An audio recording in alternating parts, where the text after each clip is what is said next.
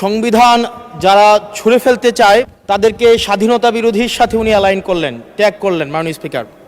এবং তখন ট্রেজারি বেঞ্চের সম্মানিত মাননীয় মন্ত্রী যারা ছিলেন তারা সেটাকে টেবিল চাপড়িয়ে সেটাকে সমর্থন দিলেন। সংবিধানকে ছুঁড়ে ফেলে দাও। সংবিধানকে ছুঁড়ে ফেলবো কেন? সংবিধানকে মনে করায় দেয় যেটা ৭১-এর পরাজয়ের দলিল। আমি সংবিধান কেন ছুঁড়ে ফেলে দেব? বেগম জিয়া উনি বলেছিলেন, যেদিন জনতার সরকার প্রতিষ্ঠিত হবে এদিন এই সংবিধানকে ছুঁড়ে ফেলা হবে। মাননীয় স্পিকার, কিছুক্ষণ আগে আমাদের সর্বশ্রদ্ধেয় মাননীয় সংসদ আন্দালিব রহমান পার্থ যখন বক্তব্য দিচ্ছিলেন, উনি যখন বললেন যে সংবিধান যারা ছুঁড়ে ফেলতে চায় তাদেরকে স্বাধীনতা বিরোধীর সাথে উনি অ্যালাইন করলেন, ট্যাগ করলেন মাননীয় স্পিকার। এবং তখন ট্রেজারি বেঞ্চের সম্মানিত মাননীয় মন্ত্রী যারা ছিলেন তারা সেটাকে টেবিল চাপড়িয়ে সেটাকে সমর্থন দিলেন। মাননীয় স্পিকার, গণতন্ত্রের জন্য যিনি আপোষহীন লড়াই করে গিয়েছেন বেগম জিয়া, উনি বলেছিলেন, যেদিন জনতার সরকার প্রতিষ্ঠিত হবে, যেদিন এই পার্লামেন্ট জনতার সরকারের কাছে যাবে এদিন এই সংবিধানকে ছুঁড়ে ফেলা হবে। ট্রেজারি বেঞ্চের যে মন্ত্রীরা ছিলেন তারা দীর্ঘদিন তাদের সারা জীবন তারা বেগম জিয়ার সাথে রাজনীতি করেছেন।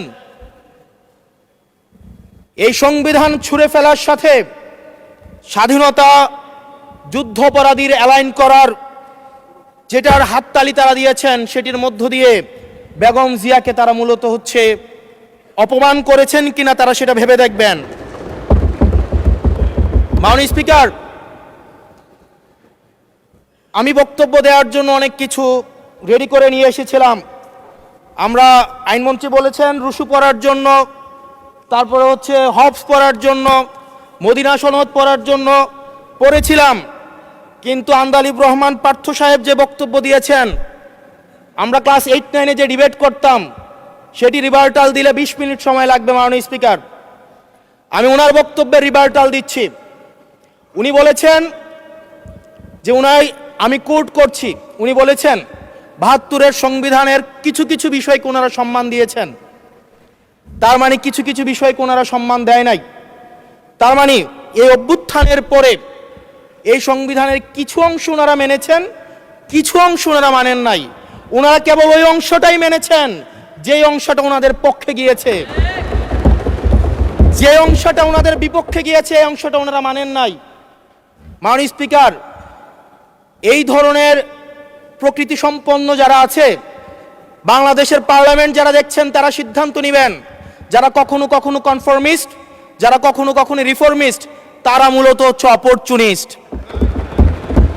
এখন আমি সংবিধানের কিছু কিছু ধারা মানব, কিছু কিছু ধারা মানব না। আমি কখনো কখনো সাংবিধানিক, কখনো কখনো আমি অসাংবিধানিক। মাননীয় স্পিকার, যখন ডক্ট্রিন অফ নেসেসিটির প্রশ্ন আসে, মাননীয় স্পিকার, এই এক্সিস্টিং সংবিধান অনুযায়ী যখন 7A এবং 7B বলবৎ থাকে, সেই জায়গা থেকে আইনজ্ঞরা, মাননীয় স্বরাষ্ট্রমন্ত্রী উনি থাকলে ভালো হতো। ডক্ট্রিন অফ নেসেসিটি মাননীয় স্পিকার 48-এর 3 অনুযায়ী রাষ্ট্রপতি সুপ্রিম কোর্টের মাধ্যমে একটা এই 106-এর অ্যাডভাইজরি একটা রুল আছে মাননীয় স্পিকার। এই অ্যাডভাইজরি রুলের মাধ্যমে সংবিধানের ফান্ডামেন্টাল কোনো বিষয় কম্প্রোমাইজ করা যায় না। মাননীয় স্পিকার, যদি আমি এই সংবিধান মানি তাহলে এই অন্তর্বর্তীকালীন সরকারের বৈধতা প্রশ্নবিদ্ধ হয়। মাননীয় স্পিকার, মাননীয় স্পিকার, যদি এই সংবিধানকে আমি ধারণ করতে চাই, মেনে চলতে চাই, সেদিন 64 বিধি অনুযায়ী অ্যাটর্নি জেনারেল নিয়োগ দেওয়া হয়েছিল 6 আগস্ট। মাননীয় স্পিকার, এই সংসদে প্রশ্ন রাখতে চাই, তৎকালীন বর্তমান রাষ্ট্রপতি চুপ্পু, তখন বলা হয়েছে অ্যাটর্নি জেনারেল নিয়োগ দেওয়ার ক্ষেত্রে প্রধানমন্ত্রীর সাথে আলোচনা করতে হবে। সেদিন কোন প্রধানমন্ত্রীর সাথে আলোচনা করা হয়েছিল সেটা আমাদেরকে অ্যাটর্নি জেনারেল জানাবেন। আমাদেরকে অ্যাটর্নি জেনারেল জানাবেন যেই হিয়ারিংটা হয়েছিল এই হিয়ারিংয়ে উনি উপস্থিত ছিলেন কিনা, তখনকার সময় যিনি প্রধান বিচারপতি ছিলেন ওবায়দুল হক তিনি তখন কোথায় ছিলেন? সেই রায়ের কপিটা আমরা দেখতে চাই মাননীয় স্পিকার। মাননীয় স্পিকার, আপনি যখন বেগম জিয়াকে 6ই আগস্ট সর্বপ্রথম ছাত্র জনতা যখন সিদ্ধান্ত নিয়েছিল আর এক মুহূর্ত বেগম জিয়াকে কারাগারে থাকতে দিবে না, বেগম জিয়াকে রাষ্ট্রপতির আদেশের মধ্য দিয়ে বেগম জিয়াকে সেদিনই হচ্ছে কারাগার থেকে যেই জুলুমের মধ্যে রাখা হয়েছিল সেটা থেকে ছাত্র জনতার রায়ের মধ্য দিয়ে সেখান থেকে বের করে আনা হয়েছিল মাননীয় স্পিকার। যদি এই সংবিধানকে বাইবেল ধরে নেই, এই সংবিধানকে যদি গসপেল ধরে নেই, এই গসপেলের পুরোহিত অনুযায়ী যেভাবে ভ্যাটিকান সিটি চলে সেটা যদি আমরা ধরে নেই, তাহলে মাননীয় স্পিকার সেদিন বেগম জিয়া জেল থেকে বের হতে পারেন না। মাননীয় স্পিকার, মাননীয় স্পিকার, সেদিন বেগম জিয়া জেল থেকে বের হয়েছিল অভ্যুত্থানের জনরায়ের ভিত্তিতে। মাননীয় স্পিকার, মাননীয় স্পিকার, আপনারা বলছেন আপনারা ঠিক সেই জায়গায় আপনারা সংবিধানকে আপনারা মানছেন যেই জায়গায় সংবিধান থেকে আপনারা বেনিফিটেড হবেন। মাননীয় স্পিকার, গ্রামের ভাষায় কথা আছে, বলতে চাই না, যে গাং পার হইলে মাঝি কোন দুলা ভাই। ছাত্ররা, আপনাদের নেতা কর্মীরা গত 17 বছর ধান খেতে ঘুমাইতে হয়েছে, ত্যাগ তিতিক্ষার মধ্য দিয়ে যেতে হয়েছে। মহাসচিব কান্না করে বলেছে তাদের নেতা কর্মীরা ঢাকায় এসে রিক্সা চালিয়ে জীবন নির্বাহ করত। এক মিনিট বলেন।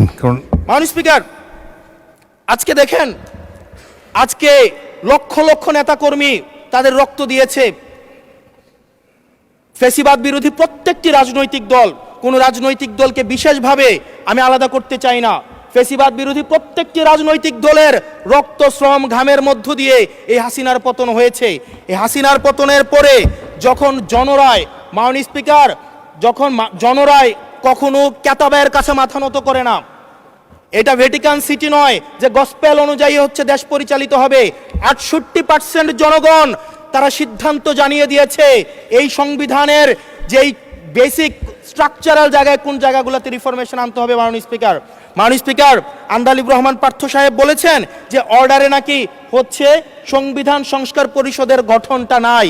উনি যদি একটু পরিশ্রম করতেন, জাস্ট একটা পাতা উল্টাইতেন, একটা পাতা পরেই বলা হয়েছে সংবিধান সংস্কার পরিষদ গঠন যদি যুক্ত।